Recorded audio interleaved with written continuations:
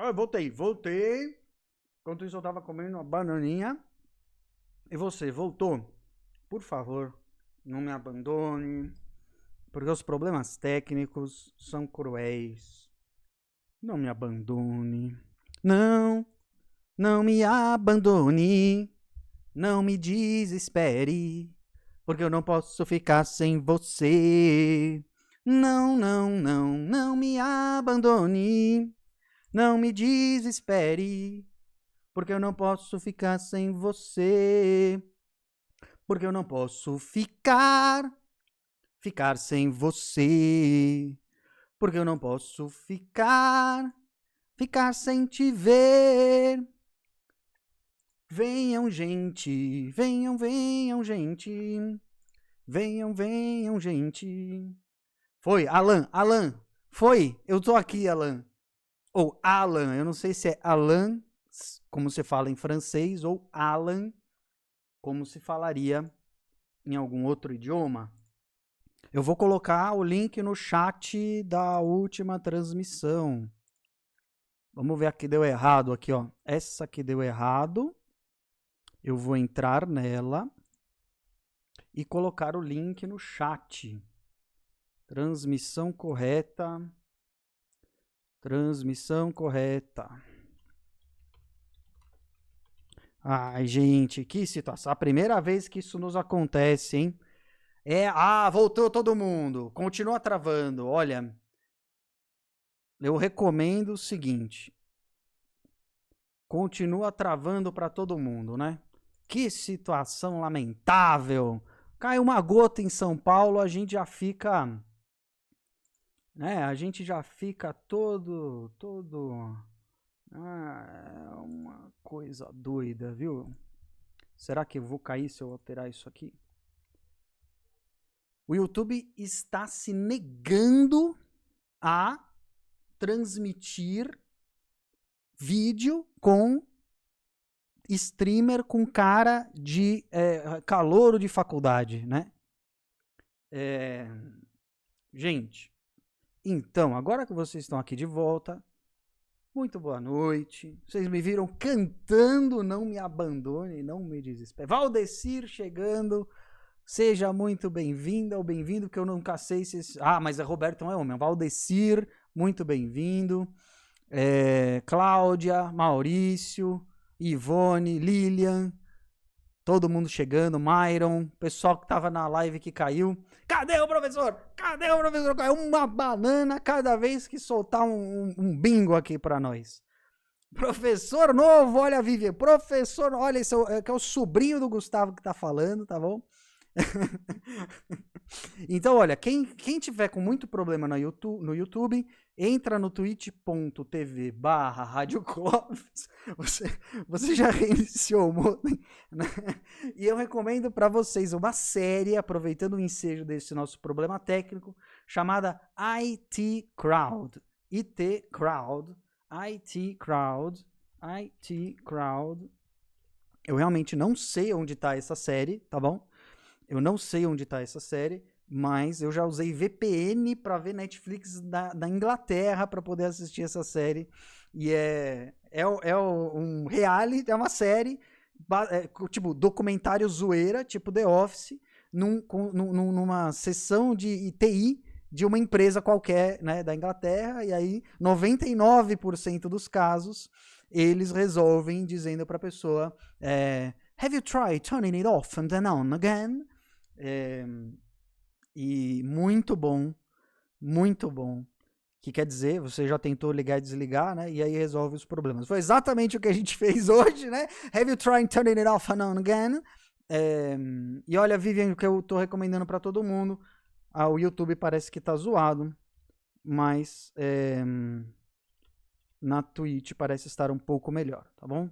Então, vamos lá, né, gente? Vamos começar porque, olha, são 20 minutos que nós já perdemos por causa dos problemas técnicos. Eu tô triste que a coisa não tá rolando bem, porque aqui pra mim tá tudo completamente nos conformes, entendeu? Eu mesmo tô vendo a transmissão ocorrer na minha frente aqui, entendeu? Tô acompanhando o retorno da transmissão. entendeu? E para mim tá funcionando tudo bem. Agora eu vou desacompanhar o retorno da transmissão e reclamemos com a Claro, que aparentemente é muito pouco gostada pelos seus próprios clientes. E quem não conseguir assistir por aqui, assiste no podcast aqui, ó, Príncipes, tá? Em breve vai estar lá. Link da Twitch. Link da Twitch. Olha, twitch.tv/Rádio Clóvis, tá? Vamos soltar essa vinheta. Vamos soltar essa vinheta. Acabou, chega. Já fiz o que eu podia fazer aqui para nos resolver o problema de transmissão. Vamos lá, vamos lá. Olha aqui.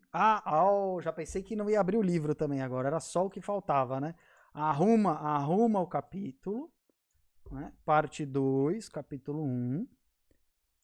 Teca, olha o que aconteceu. O cabelo do professor Guguinha foi pro espaço. Né? Pegou um foguete e foi pro espaço. Agora, se você apontar um telescópio para a Lua, você vai ver que a Lua está de topete. Tá bom? E a barba também, né?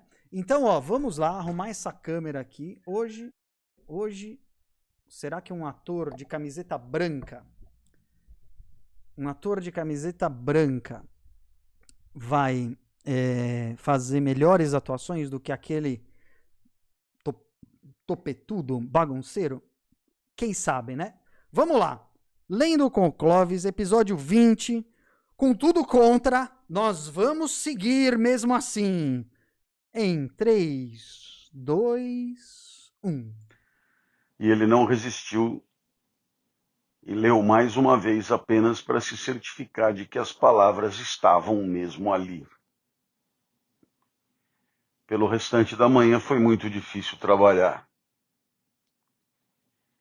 Pior do que precisar concentrar a mente em uma série de tarefas medíocres era a necessidade de esconder sua agitação da teletela. Ele sentia a barriga em chamas. Começa agora mais um Lendo com o Clóvis.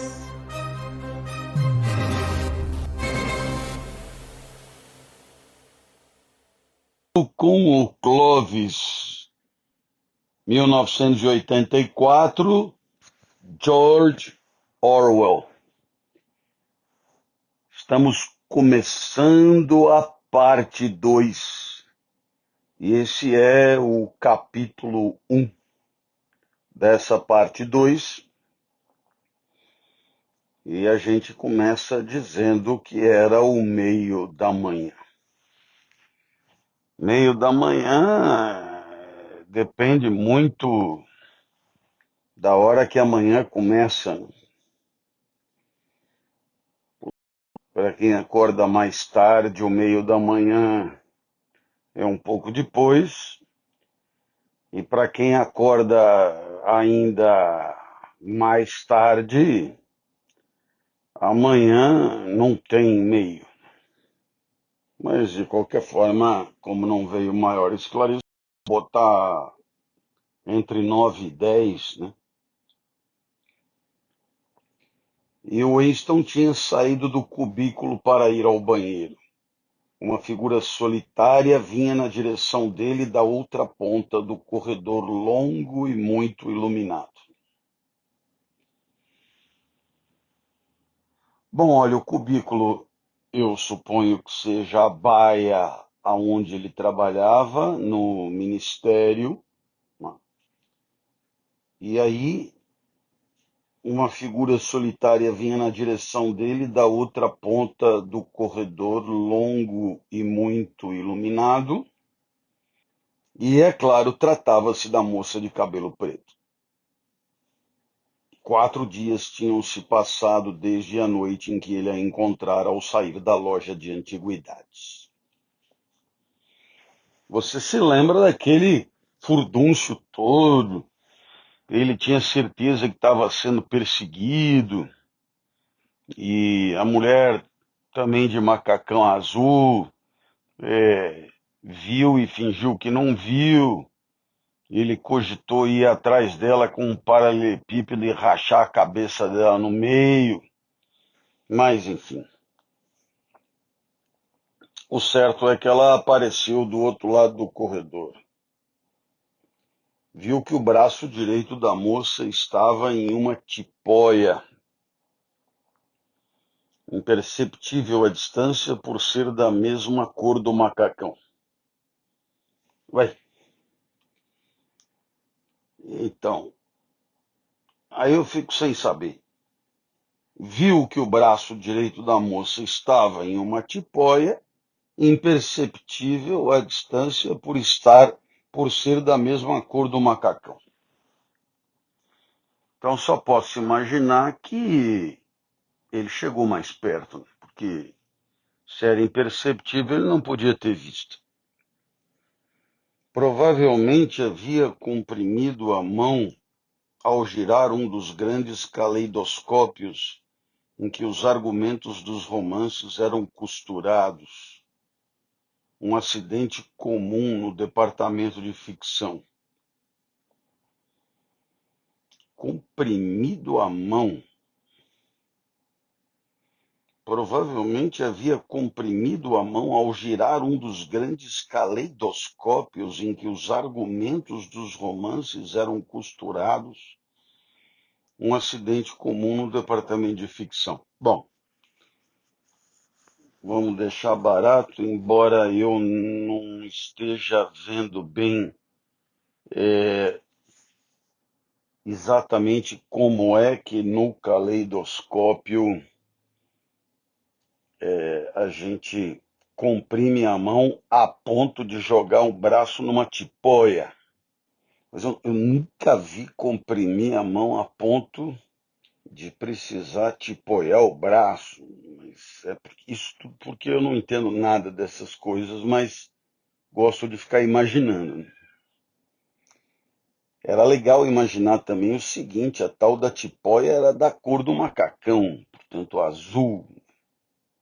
A tipóia azul também é legal de imaginar, né? Porque, sei lá, não é também a cor mais comum de tipóia. Eles estavam a talvez 4 metros de distância quando a moça tropeçou e caiu quase de cara no chão. Quer dizer, no começo ela estava lá no fundo do corredor, aí ela veio vindo, ele também estava indo fazer xixi. E aí ele viu que ela estava com o braço na tipóia quando ela chegou mais perto, e aí quando eles estavam a uns 4 metros de distância, ela caiu, né? A moça tropeçou e caiu. Quase de cara no chão. Eu imagino que isso queira dizer que ela caiu feio, quase de cara no chão. Ela não bateu a cara no chão por pouco, né? Soltou um grito agudo de dor. Devia ter caído bem em cima do braço machucado. Quer dizer, isso não é um desejo dele, né? Não é alguma coisa como bem que ela podia ter caído em cima do braço. Não é uma raivinha, é uma probabilidade por causa da dor que ela sentiu. Winston parou. A moça havia se posto de joelhos. O rosto assumira um branco amarelado contra o qual a boca se destacava. Isso de branco amarelado também fiquei com dificuldade, hein? Vai dizer que eu estou pegando no pé do cara, mas assim, é gozado que quando a pessoa assume a cor branca, né? Branco é branco e o amarelado é o amarelado, né? Tanto é assim que, bom, eles, em termos de etnia, são duas diferentes, né? Então, mas enfim, então branco amarelado, deixa quieto. Mas a boca destacava, mais vermelha do que nunca. Os olhos estavam fixos nos dele, com uma expressão de apelo que parecia ser mais de medo que de dor. Interessante a cena, hein? Agora ela estava ajoelhada, ela estava com muita dor, ele estava bem perto, ela olhava nos olhos dele com uma expressão de apelo. Uma emoção estranha passou pelo coração de Winston.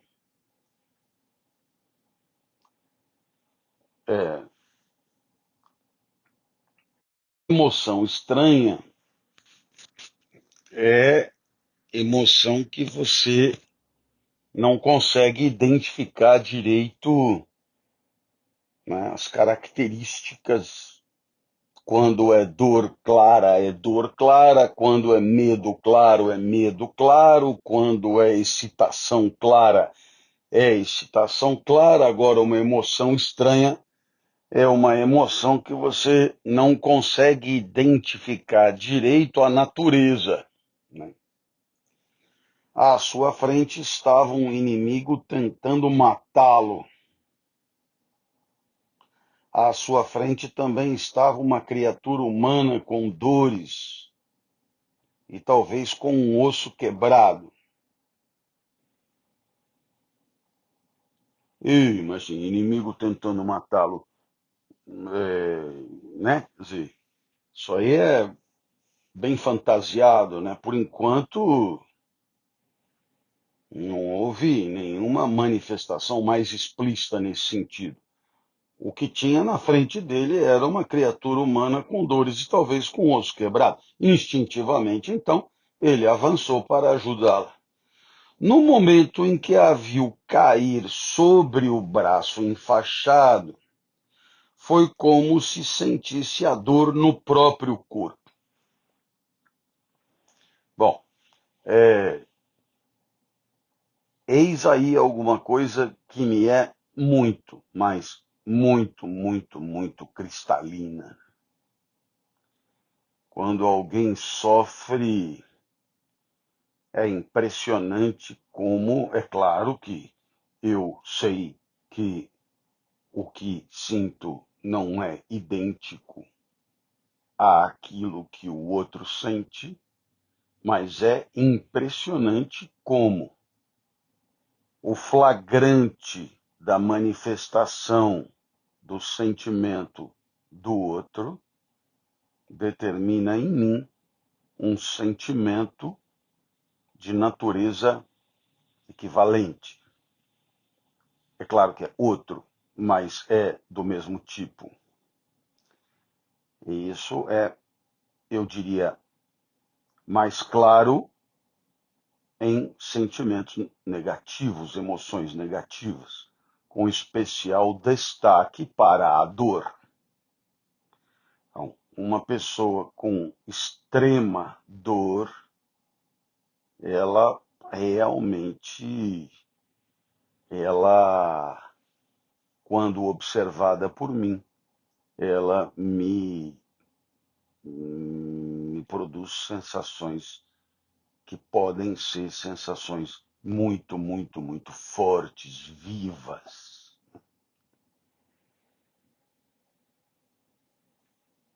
Então ele sentisse a dor no próprio corpo. Ora, o problema é que aí não né, uma emoção estranha. Pelo contrário, é uma emoção muito clara. A dor percebida na moça determinou nele um afeto de natureza equivalente. Não há outro nome para isso senão o de simpatia, né? Simpatos, né? Mas enfim, você se machucou? Não foi nada, meu braço. Vou ficar bem num instante. Ela falou como se seu coração vacilasse. Estava nitidamente mais pálida. Não quebrou nada? Não, estou bem. Doeu na hora, foi só isso. A mulher estendeu a mão livre e ele a ajudou a se levantar. Ela havia recuperado um pouco a cor e parecia bem melhor. Não é nada, a moça repetiu. Só bati o pulso. Obrigada, camarada. E com isso ela prosseguiu na direção em que estava indo, leve, como se não tivesse sido realmente nada. O incidente todo não poderia ter levado nem meio minuto. Não permitir que sentimentos transparecessem no rosto era um hábito que tinha adquirido a condição de instinto. E fosse como fosse, os dois encontravam-se bem na frente de uma teletela quando tudo aconteceu. Quer dizer, os dois estavam absolutamente acostumados a não deixar parecer pela fisionomia nada que estivessem efetivamente sentindo. Mesmo assim, pareceu bem difícil não revelar uma surpresa momentânea, pois, nos 2 ou 3 segundos durante os quais ele a ajudara, a moça havia deslizado algo para sua mão. Não havia dúvida de que ela fizera isso intencionalmente. Era uma coisa pequena e achatada. Ao passar pela porta do banheiro, ele a transferiu para o bolso e tateou com a ponta dos dedos. Era um pedaço de papel dobrado em um quadrado. Quer dizer que, bom, a gente está sendo avisado agora, depois da cena, qual a verdadeira intenção da moça. A moça simulou a queda para poder entregar o papel. Bom, curiosamente, ela o fizera bem na frente de uma teletela. Enquanto estava de pé em frente ao urinol, ele conseguiu, mexendo mais um pouco os dedos, desdobrar o papel. Obviamente deveria haver algum tipo de mensagem escrita nele. Por um instante, Winston se sentiu tentado a levá-lo para dentro de uma das cabines fechadas e ler imediatamente. Mas isso teria sido muita estupidez, como ele bem sabia. Não havia um lugar onde você pudesse ter mais certeza de que as teletelas o observavam o tempo todo. Rapaz, que loucura! Você já imaginou que tem alguém cuja profissão é observador de teletela em vaso sanitário? É uma coisa de louco.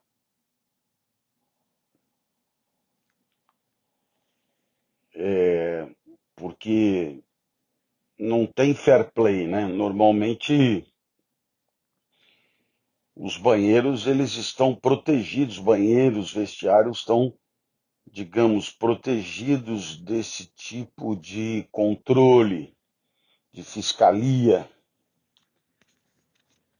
E na verdade é por isso mesmo que é nos vestiários de clube onde o pessoal mais furta, porque não tem câmera para fiscalizar, né? Ele voltou ao cubículo, então ele não sabe ainda o que está escrito no papel, né? Ele voltou ao cubículo, sentou, atirou o pedaço de papel casualmente entre outros papéis da mesa, pôs os óculos e puxou a fala escreve para perto. 5 minutos, disse a si mesmo. 5 minutos, pelo menos. Seu coração batia no peito a uma altura assustadora. Felizmente, o trabalho em que estava envolvido era mera rotina, a retificação de longas listas de números, e não exigia muita atenção. Ele não conseguiria fazer um trabalho que exigisse muita atenção, tão, digamos, perturbado ele estava por ter recebido uma mensagem cujo conteúdo ele ainda ignorava. Não importa o que estivesse escrito no papel, com certeza teria algum tipo de significado político. Até onde ele conseguia perceber, havia duas possibilidades. Uma, bem mais provável, era que a moça fosse agente da polícia do pensamento, exatamente como desconfiava. Não podia imaginar por que a polícia do pensamento optaria por entregar suas mensagens daquele jeito. Mas quem sabe haveria algum motivo. A mensagem escrita no papel poderia ser uma ameaça ou uma convocação ou uma ordem para que cometesse suicídio, algum tipo de armadilha. Ordem para que cometesse suicídio também é bem interessante.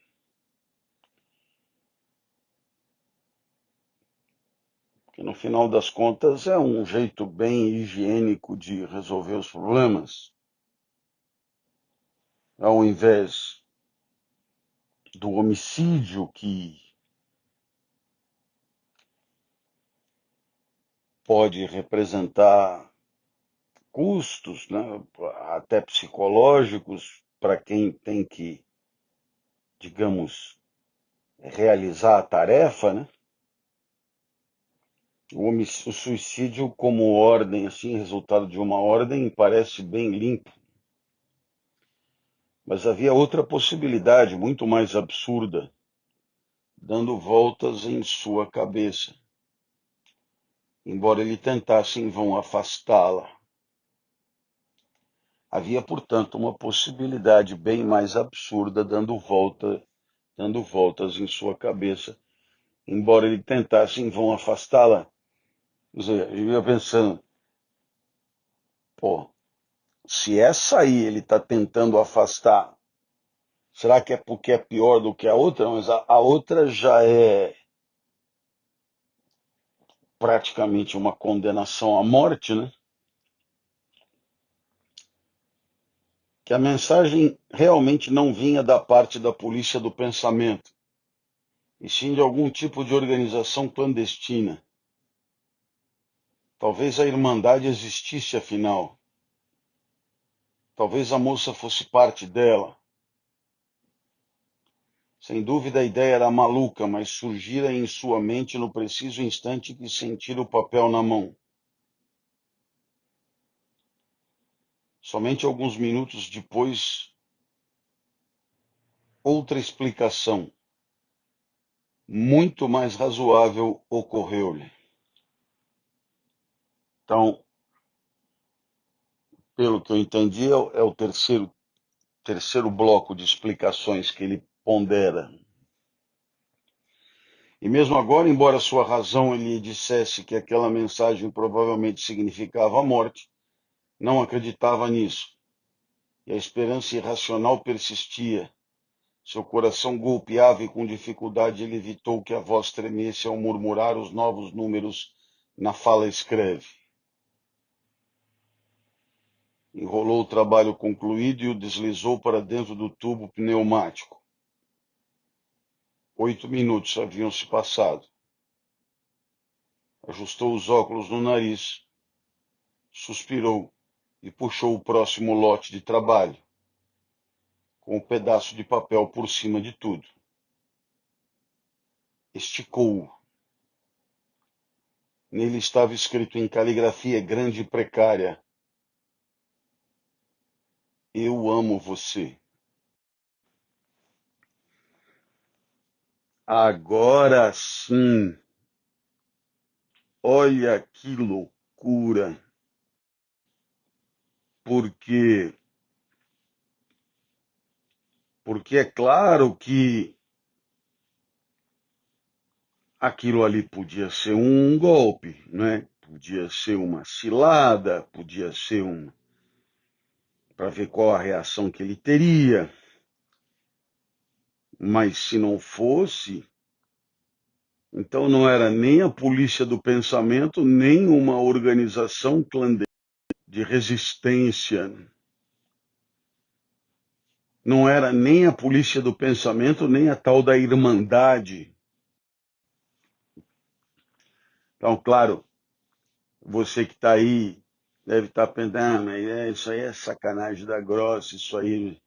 O livro todo faz pensar nisso, mas, uai, e se não for, né? Seria bem legal. Mó gata, apaixonada pelo cara. Isso, inclusive, justificaria a timidez dela olhar, fingir que não viu. Justificaria também ela ter ido atrás do cara. Uai, ela estava apaixonada e estava com medo de se declarar. Por que não?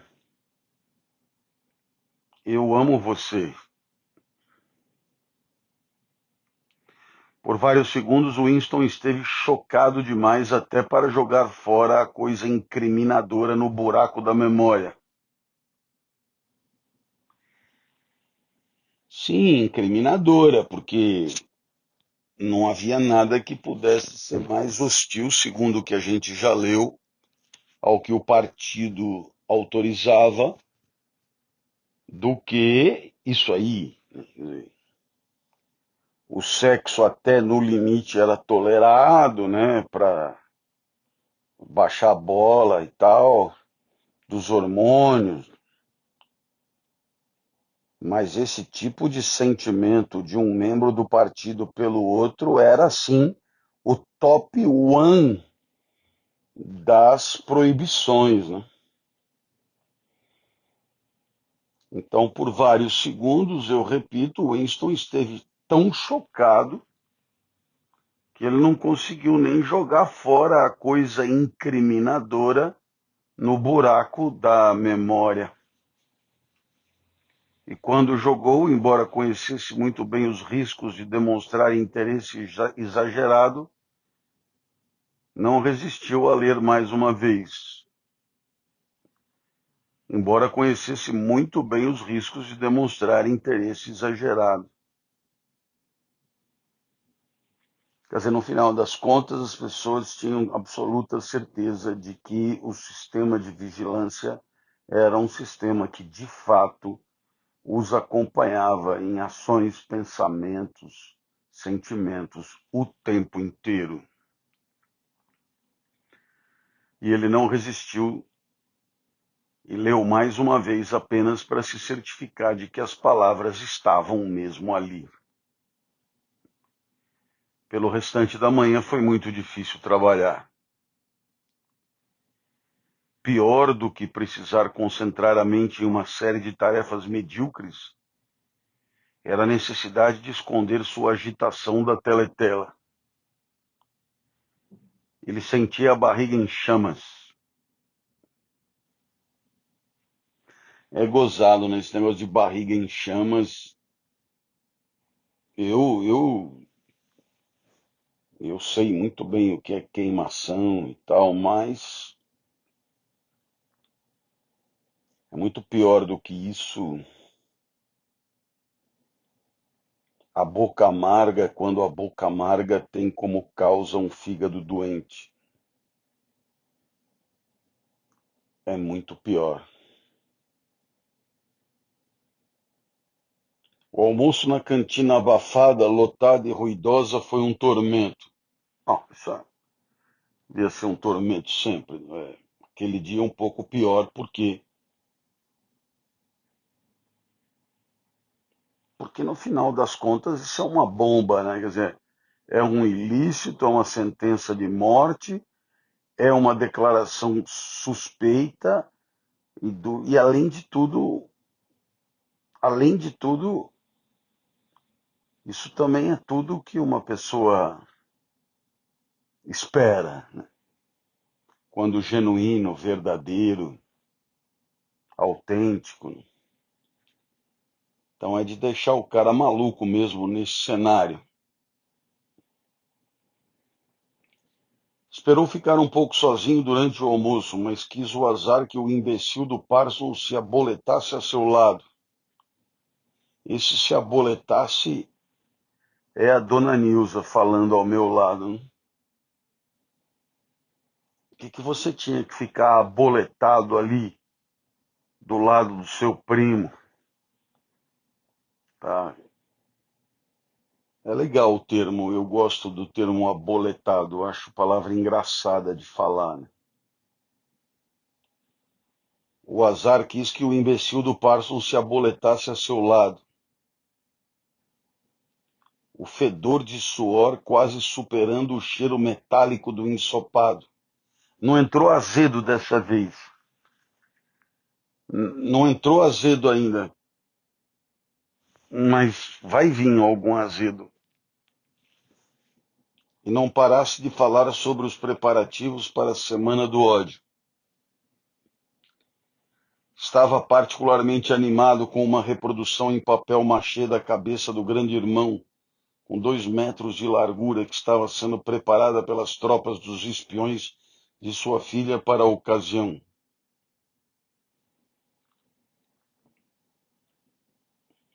E a filha, uma criança, participava de uma tropa de espiões que fez uma espécie de um cartaz de 2 metros de largura com a cara do grande irmão.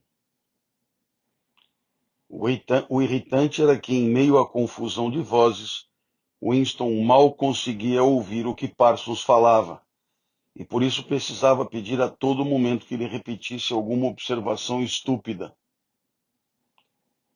Apenas uma vez captou um olhar da moça à mesa com outras 2 na ponta mais distante do salão. Ela pareceu não tê-lo visto, e ele não voltou a olhar naquela direção. A tarde foi mais suportável. Imediatamente após o almoço chegou um trabalho delicado, difícil, que ia demandar várias horas e exigir que todo o resto fosse posto de lado. Consistia na falsificação de uma série de relatórios sobre a produção de 2 anos antes, para jogar em descrédito um proeminente membro do núcleo do partido que estava sob suspeita. Esse era o tipo de coisa em que Winston era bom. E por mais de 2 horas ele conseguiu expulsar a moça da cabeça. Isso aqui é muito legal, né? Quer dizer,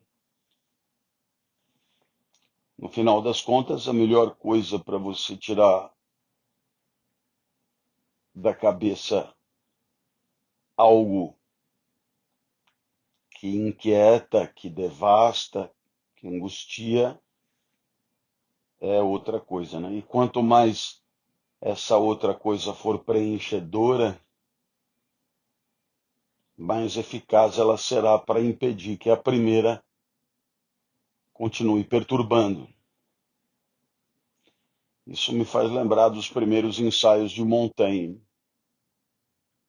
Acho legal tirar férias, tudo bacana, mas costumo dar ao espírito alguma atividade, porque quando o espírito não tem uma atividade programada e fica solto, sem rédeas, sem guia, vixe, ele não costuma nos brindar com conteúdos de consciência amáveis. Mas depois a lembrança do rosto dela voltou, junto com o desejo furioso, intolerável de ficar isolado. Até estar sozinho seria impossível refletir sobre aquele desdobramento. Se sozinho, sem ninguém por perto, e dedicado exclusivamente ao episódio, ele não ia conseguir refletir como ele queria sobre o que tinha acontecido naquele dia. O certo é que aquela moça, a famosa moça, com tipóia no braço, caiu muito perto dele. E quando ele foi soerguê-la,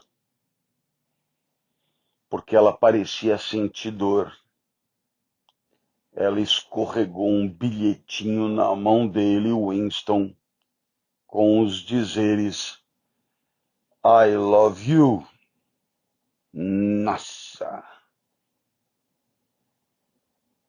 Quais serão as reflexões de Winston quando as condições permitirem? Por mais de 2 horas, Winston conseguiu expulsar a moça da cabeça. Mas depois a lembrança do rosto dela voltou, junto com um desejo furioso, intolerável de ficar isolado. Adoro isso aqui, porque isso aqui é como as coisas acontecem mesmo. Tem horas que você consegue determinar aquilo que passa pela sua cabeça, como, por exemplo, quando você tem uma prova de matemática para resolver, ou quem sabe até quando você tem um livro de George Orwell para comentar. E tem horas, meu amigo, que o que passa pela sua cabeça não é você que escolhe, não é você que decide, não resulta, portanto, da sua vontade. Portanto, é o que eu sempre achei. Tem horas que a mente é controlada pela vontade e tem horas que a mente é controlada por outras forças. Até estar sozinho seria impossível refletir sobre aquele desdobramento. Ele precisava então estar sozinho. Era uma das noites em que precisaria ir ao centro comunitário.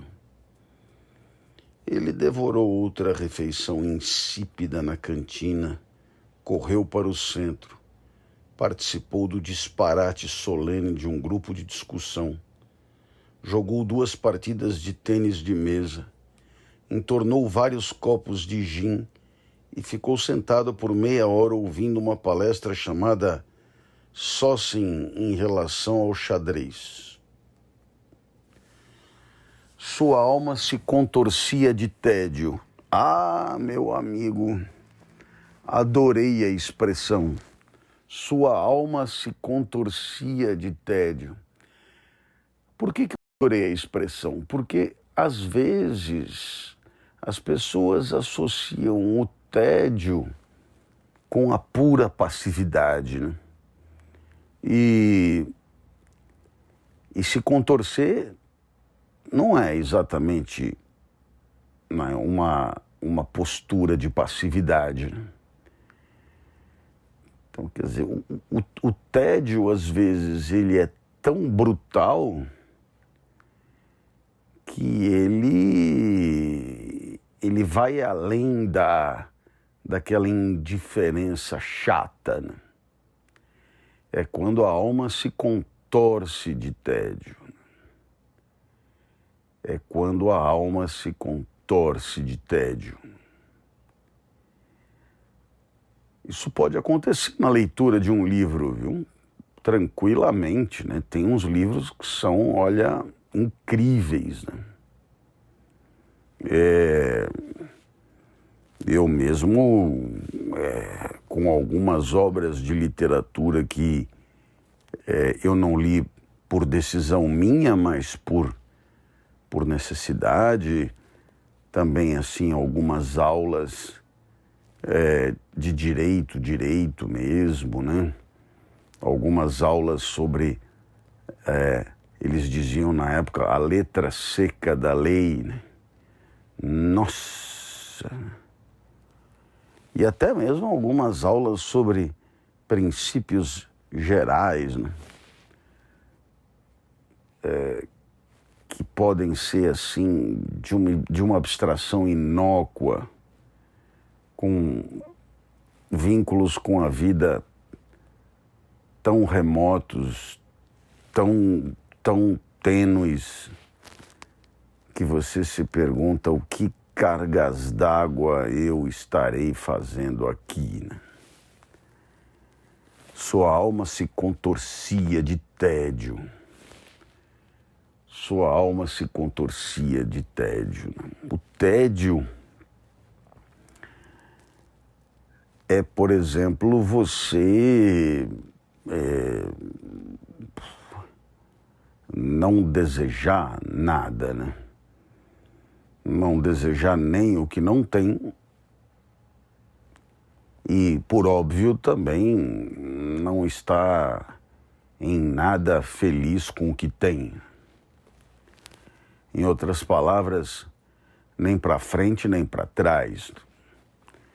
Você nem vai à luta para ir atrás do que falta e nem se regozija com o que não falta. Tédio é devastador. Talvez por isso, na filosofia, tantos tenham dado tanta importância ao divertimento. O divertimento que preenche o tempo da vida e mascara o tédio. No final das contas, toda vez que você não sabe muito bem o que fazer com a vida, por falta de propósito, por digamos, dificuldade de diagnosticar o valor adequado para tomar a decisão, a vida assume contornos tais que a alma se contorce mesmo de tédio. Quer dizer,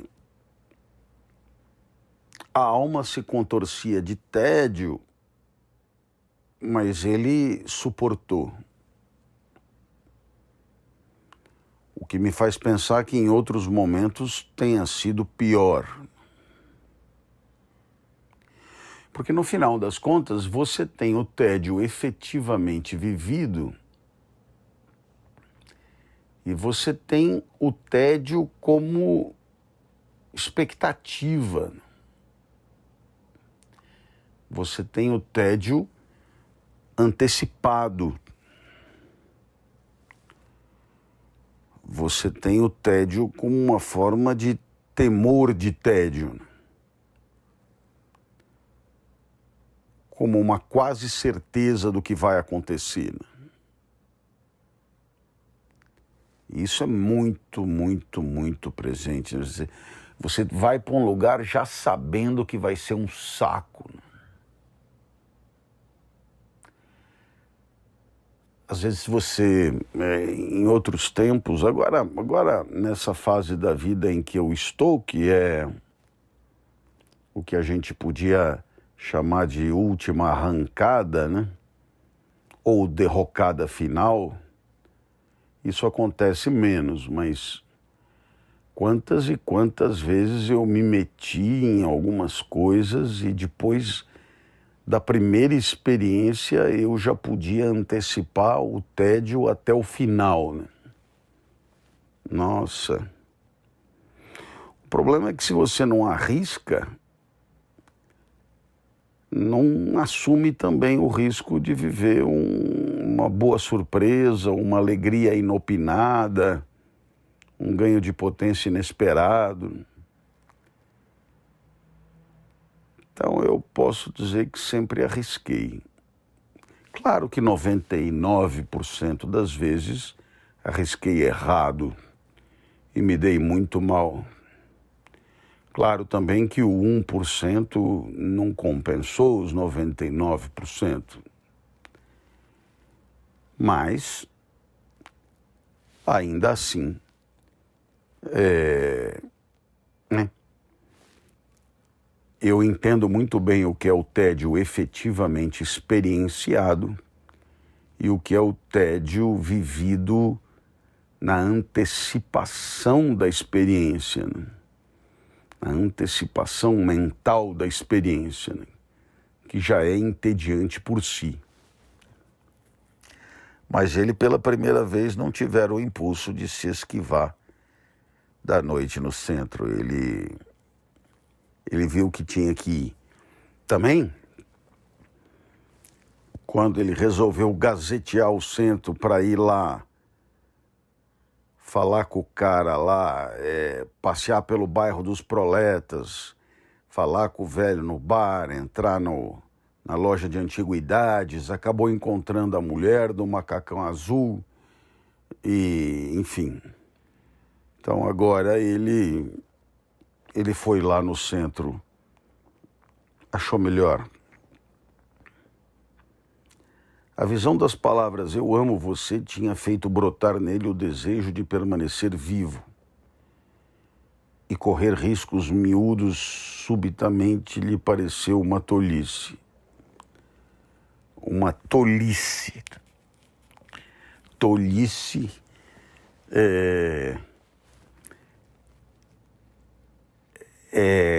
é um neologismo de tolher. E tolice é de tolo mesmo.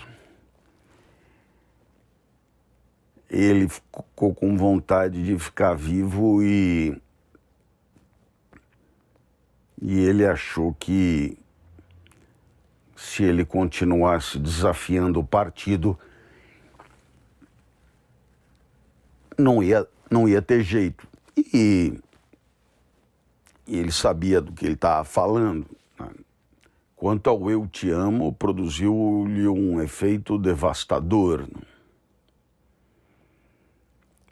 E é gozado, porque é muito legal, no final das contas, quando alguém diz que te ama e isso é genuíno, isso é sincero, isso é verdadeiro, né?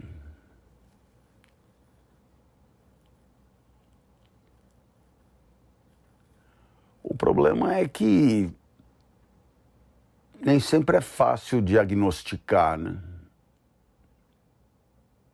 Eu fico imaginando essas pessoas, eu diria, cuja companhia é tão, assim, acompanhada de confortos, de riquezas, de coisas assim. Essas pessoas, quando ouvem uma declaração desse tipo, elas têm muito mais dificuldade para diagnosticar o sentimento genuíno do que uma pessoa como eu, que pouco ou nada tem a oferecer em companhia, né? Então, no final das contas, não deve ser fácil. E digo mais, mesmo quando não há cinismo, né? Mesmo quando as pessoas não estão de sacanagem dolosa, né? Consciente, é difícil saber, porque às vezes aquilo que vem junto é tão sedutor que a pessoa acredita mesmo amar a outra, porque no final das contas é muito difícil você isolar. E depois vai aqui uma pergunta, né, para você, né? Quando você diz "eu amo você", esse você é exatamente o quê? Até que ponto esse isolamento é pertinente, né? Esse você é o que é o que é percebido pelos sentidos, É a topografia, é o corpo, é a alma, é o que é dito, é o jeito de ser, é a maneira de agir, é tudo isso. Mas, por exemplo, se a pessoa se veste de uma certa maneira, isso é indicativo de um gosto, e o gosto é indicativo de um afeto, e o afeto é muito, muito, muito personalíssimo, né? Mesmo que, claro,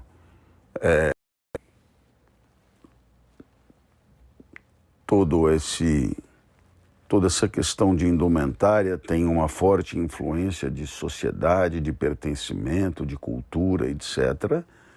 O fato é que nas fissuras tem muito de estilo pessoal, de gosto pessoal, etc. Então, será que é tão absurdo assim? Quando alguém diz que ama alguém, isolar a indumentária, isolar as coisas que compra, isolar o que consome, isolar o carro, isolar a arquitetura da casa, isolar... Afinal de contas, tudo isso é escolha, é decisão, é seleção, e tudo isso é indicativo de inclinações, de apetites, de valores, E mesmo que tudo que é consumo tenha a ver com algum tipo de estratégia mais ou menos consciente de distinção e pertencimento na sociedade, ainda assim, isso também existe. Ora, quando você diz eu te amo e você diz, não, mas quando eu digo eu te amo, eu estou me referindo, né? Não é a casa, não é o carro, não é a roupa, não é o sucesso profissional, não é isso, não é aquilo, não é aquele outro. Não, mas então é o quê? Né? Então é o quê? Então é muito interessante toda essa discussão, né? Eu amo você tem 3 problemas, assim. Quem é o eu, né? Quem é o você e o que é o amor, né?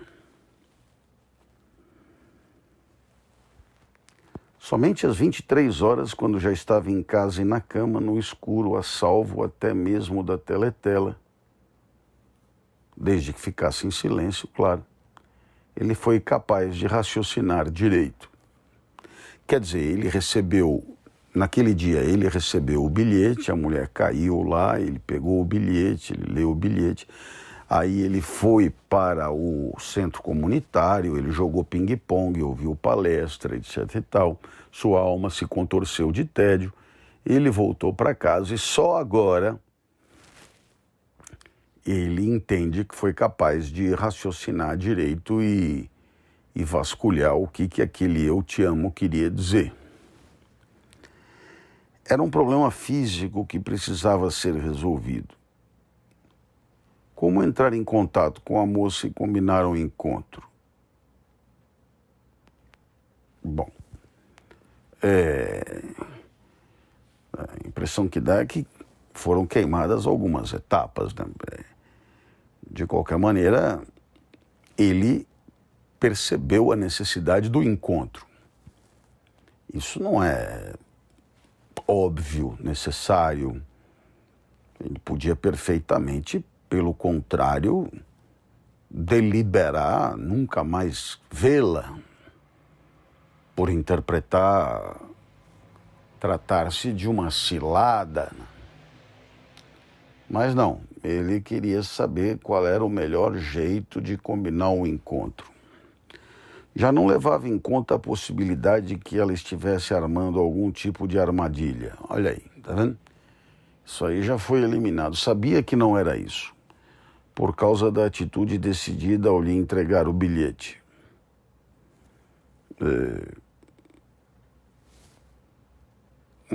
Não ficou claro, né? Quer dizer, em que medida a atitude que ele entendeu como decidida ao entregar o bilhete desqualificava a hipótese de uma armadilha. obviamente tinha ficado fora de si de tanto medo. E com razão. Tampouco a ideia de recusar a iniciativa dela lhe passou pela cabeça. Apenas 5 noites antes ele havia considerado esmagar. Ele havia considerado esmagar o crânio da moça com um paralelepípedo. Mas isso agora não tinha importância. Pensou em seu jovem corpo nu, como o havia visto em sonhos. E que... Falei pra você, esse negócio de ouvir um eu te amo é bem legal, cara. Não é? É bem legal. Imaginara uma tola como o resto delas, a cabeça feita de mentiras e ódio, o ventre repleto de frieza. Foi dominado por um tipo de febre ante a ideia de que poderia perdê-la, de que o corpo jovem e branco lhe escapasse. O que temia mais que tudo era que a jovem simplesmente desistisse, caso ele não entrasse logo em contato. Em outras palavras, ele estava tomado por um afeto que tem como causa a antecipação de um encontro, né? Ele estava tomado por um tipo de amor que é o amor esperançoso, né? É a esperança determinada por um tipo de causa de que se tem muita consciência, né? É esperança mesmo. É ganho de potência determinado por um conteúdo de consciência, uma antecipação da experiência a viver.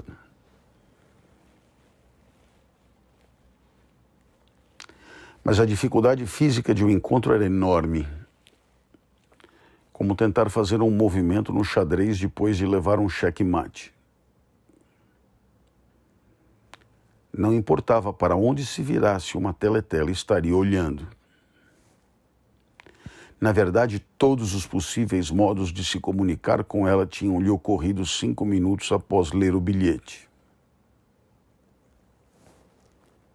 Mas agora, com tempo para pensar, ele repassou cada um como se dispusesse uma fileira de instrumentos em cima da mesa.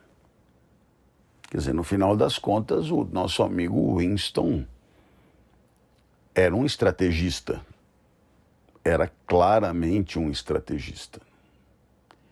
Era o tipo do cara que elencava todas as possibilidades, botava em cima da mesa, avaliava os prós e os contras de cada uma delas, via as possibilidades de cada uma delas. Portanto, era alguém que não dava ponto sem nó, não dava um passo em falso. Mas também pudera, numa sociedade como essa em que ele vivia, provavelmente isso era uma questão de sobrevivência mesmo. Obviamente, o tipo de encontro ocorrido naquela manhã não poderia acontecer de novo. Se ela trabalhasse no departamento de registros, a gente podia dar até uma entonação diferente para essa frase. Se ela trabalhasse no departamento de registros, seria relativamente mais simples. Mas ele tinha apenas uma vaga ideia da localização do departamento de ficção no edifício e precisaria de um pretexto para ir até lá. O departamento de ficção, portanto, aonde ela, né, trabalhava. Se soubesse onde ela morava e a que horas saía do trabalho, poderia manobrar para encontrá-la em algum ponto do caminho. Mas tentar segui-la não era seguro. pois significaria vagar à espera na saída do ministério, o que certamente seria notado. Quanto a enviar uma carta pelo correio, estava fora de questão. Não era segredo que, por padrão, todas as correspondências eram abertas quando em trânsito. De fato, raras pessoas escreviam cartas. Para as poucas mensagens que ocasionalmente era necessário mandar, existiam cartões impressos com longas listas de frases e você inutilizava as que não se aplicavam. Ah, isso é muito legal. Isso é muito legal. Olha no que foi cogitado. Quer dizer, você compra um cartão com um monte de frases. Aí você anula as que não têm nada a ver e deixa, portanto, escrito só as frases que têm a ver. Isso é maravilhoso, né, do ponto de vista da anulação completa do estilo, né? Você se comunica por intermédio de frases prontas que não foi você que escreveu. Né? Muito legal. De toda maneira, não sabia o nome da moça, que dirá o endereço. Por fim, decidiu que o lugar mais seguro era a cantina. Se conseguisse abordá-la sozinha em uma mesa em algum lugar no meio do salão, não perto demais das teletelas e com suficiente ruído de conversas ao redor, se essas condições perdurassem por, digamos, 30 segundos, seria possível trocar algumas poucas palavras. Por uma semana depois disso, a vida foi como um sonho agitado. No dia seguinte, ela não apareceu na cantina até que ele já estivesse partindo, depois que o apito soou. Talvez tivesse sido transferida para o turno seguinte. Os dois se cruzaram sem trocar olhares. No dia seguinte a esse, ela esteve na cantina no horário habitual, mas com 3 outras moças e bem abaixo de uma teletela. Depois, por 3 dias péssimos, não apareceu. A mente e o corpo dele pareciam acometidos por uma sensibilidade insuportável. Uma transparência que tornava cada momento, cada som, cada contato, cada palavra que precisava dizer ou ouvir, uma agonia. Mesmo dormindo, ele não conseguia escapar por completo da imagem daquela moça. Está apaixonado. Simples assim. Aqui a particularidade da sociedade totalitária em que eles estão vivendo é que ela, dificultando a presença, fabrica a falta. Fabricando a falta, fornece combustível para o desejo, né? Esse desejo erótico, platônico, apaixonado, né? De quem quer a presença do outro, mas não tem. Então, aqui não tem muita diferença de uma situação em que A é louco por B, mas B não quer nem olhar na cara de A, né?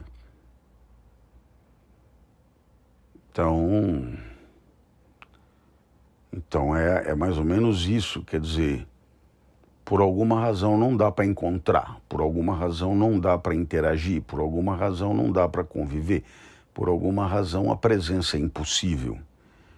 Então, tal como na lista interminável de amores românticos impossíveis, há muito sofrimento.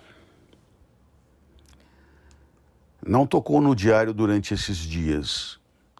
Se algum alívio havia, era no trabalho, no qual ele às vezes conseguia se esquecer de si, mesmo por 10 minutos consecutivos.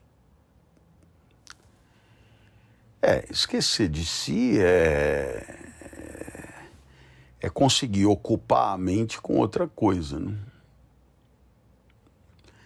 Porque o si aí a que ele se refere é o si de um homem apaixonado.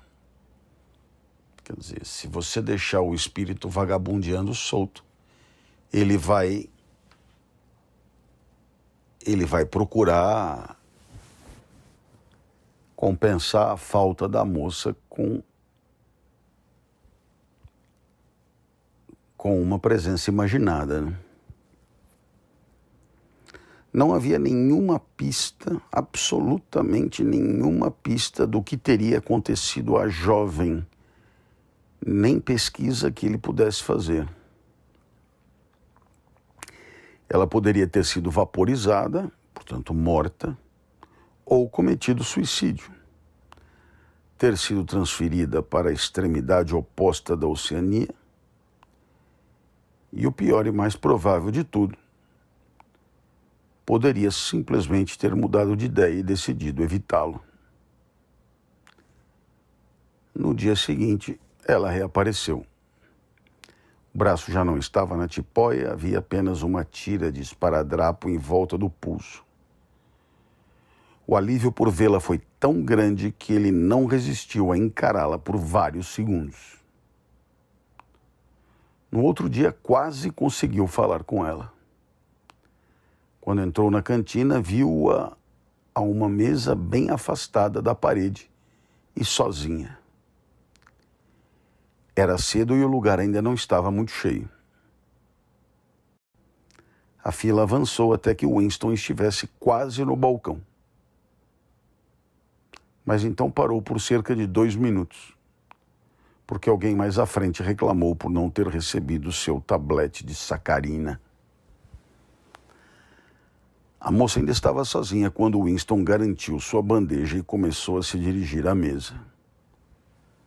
Andou casualmente naquela direção, os olhos vasculhando um lugar em alguma mesa atrás dela. A distância entre eles era de talvez 3 metros. Mais 2 segundos bastariam. Então uma voz atrás dele chamou. Smith? Winston fingiu não ouvir. Smith, repetiu a voz mais alto. Era inútil. Ele se virou. Um jovem loiro de rosto abobado chamado Wilshire, que mal conhecia, convidava-o com um sorriso a ocupar um lugar vago em sua mesa. Rapaz, não era seguro recusar.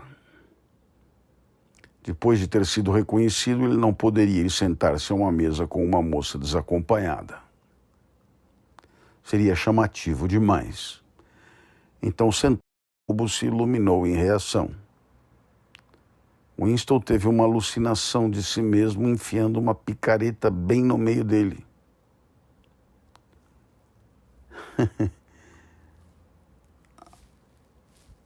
A mesa da moça foi preenchida alguns minutos mais tarde. Ela, porém, devia tê-lo visto andando em sua direção e talvez captado a dica. No dia seguinte, Winston tomou o cuidado de chegar cedo. E, como previsto, viu-a a uma mesa mais ou menos no mesmo lugar, e de novo sozinha. A pessoa imediatamente à frente dele na fila era um homem pequeno, de movimentos ágeis, semelhante a um besouro, com um rosto achatado e olhos miúdos e desconfiados. Quando Winston se afastou do balcão levando sua bandeja, viu que o homenzinho ia diretamente para a mesa da moça. Suas esperanças sumiram de novo. Havia um lugar vago em uma mesa mais além. Mas algo na aparência do homenzinho indicava que ele valorizava o próprio conforto, o suficiente para escolher a mais vazia entre as duas mesas.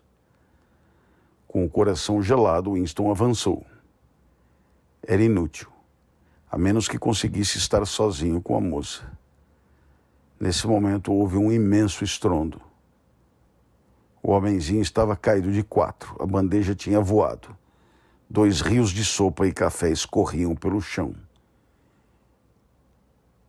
Ele se pôs de pé, lançando um olhar maligno para Winston, evidentemente suspeitando que o tinha feito tropeçar. Mas estava tudo bem.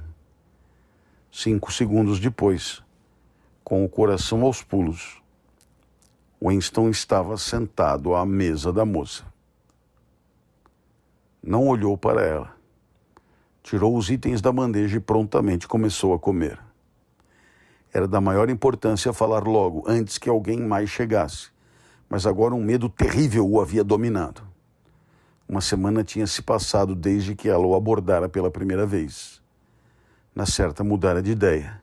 Era impossível que aquele romance terminasse bem. Tais coisas não aconteciam na vida real.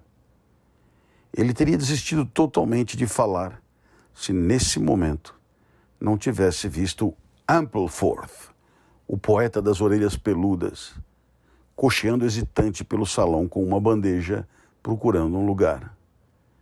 À sua maneira vaga, Ampleforth simpatizava com Winston e certamente se sentaria à mesa dele se o visse. Havia talvez 1 minuto para agir. Tanto Winston quanto a moça comiam com dedicação um guisado ralo, na verdade uma sopa de feijão branco. Em um murmúrio baixo, Winston começou a falar. Nenhum dos dois olhou para cima com diligência. Punham na boca colheradas da coisa aguada e entre as colheradas trocaram as poucas palavras necessárias em tom de voz muito baixo. Esse foi o Lendo com o Clovis. Não perca nosso próximo episódio, aqui no www.twitch.tv/radioclovis, às segundas, quartas e sextas, às 21h. Gente do céu! Olha, hoje a Kinkyo, eu acho que é Kinkyo, se o nome for italiano é Kinkyo que fala, hein? André mandou um superchat de R$150. Mário, vem cá comemorar. 150, o Mário não tá se aguentando aqui de alegria. Eu não tinha uma roupa para esse momento espetacular.